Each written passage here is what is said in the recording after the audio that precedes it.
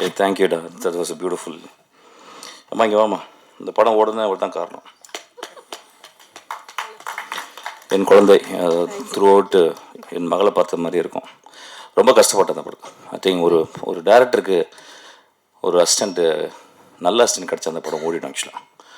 அது மாதிரி பாண்டியராஜ் வந்து ரொம்ப என்னுடைய தகப்பனாராகவும் தன்னுடைய குருவாகவும் நேசிக்கிற இந்த குழந்தை அவ்வளோ வேலை செஞ்சா. அவளுக்காக இந்த படம் பெருசாக ஓடும். நான் தேங்க்யூ சார். தேங்க்யூ.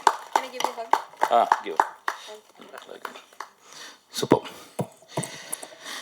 தேங்க்யூடா. என்னடா பயங்கரமான இன்ட்ரடக்ஷன்லாம் கொடுத்த. லூஸுன்னு சொல்லிக்கிட்டு இருக்காங்க, நீ சினிமா லூஸுன்னு சொன்ன நீ. Okay fine. நான் ஆக்சுவலாக ப்ரெஸ் மீட்னு வச்சு செய்ய போகிறாங்க நம்மளை அப்படின்னு நினச்சிருந்தேன்டா. இது ப்ரெஸ் மீட் இல்லை, சும்மா மேடையில். இதுக்கப்புறம் கேள்வியெல்லாம் இல்லை இருக்கா? ஆஹா, ஓகே. வணக்கம். First of all I want to thank Pandiyarajan. ஒரு பெரிய 2 கிரேட் தி ஆக்டர்ஸ் அப்படின்னு சொன்னான். 2 பேர், ஜெயராம் சாரும் அம்மாவும் உருவசிம்மாவும். அவங்க கூட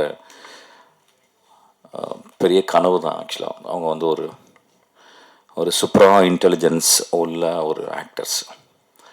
அவங்க கூட ஆக்ட் பண்ண வச்சதுக்கு எனக்கு ரொம்ப ரொம்ப சந்தோஷம். நான் போன படத்தில் வந்து ஜெயராம் சாரை கூப்பிட்டேன், ஒரு கேரக்டர் பண்ணுங்க அப்படின்னு சொல்லிட்டு. உங்களுக்கு தெரியும் அது எப்படியாப்பட்ட கேரக்டராக இருக்குன்னு சொல்லிட்டு. சார் ரொம்ப அமைதியாக கேட்டுட்டு, சிரிப்பில் நான் பண்ணலை தம்பி அப்படின்னு சொல்லிட்டாரு. அந்த மாதிரி ஒரு கேரக்டர்.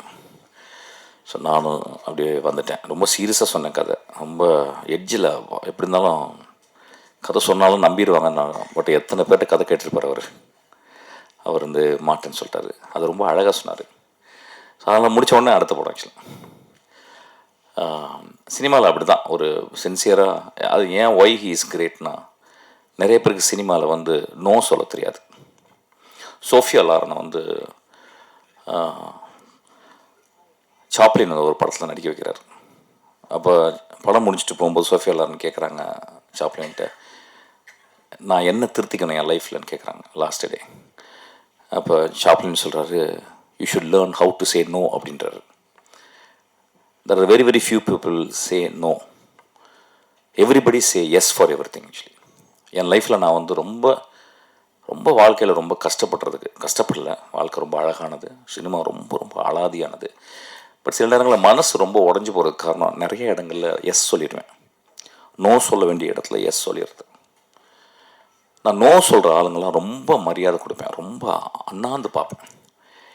ஏன்னா it is about a conviction. It is about what I am, what I should do and what I should not do, what I must not do அப்படின்ற ஒரு கிளாரிட்டி. ஸோ சார் இந்த அன்றைக்கி வந்து ஒரு நோ சொன்னார், பியூட்டிஃபுல்லாக இருந்துச்சு. ஆக்சுவலாக அதுக்கு ஒரு கிளாப் அடிப்பேன் ஆக்சுவலாக ஒரு நோ சொன்னதுக்காக.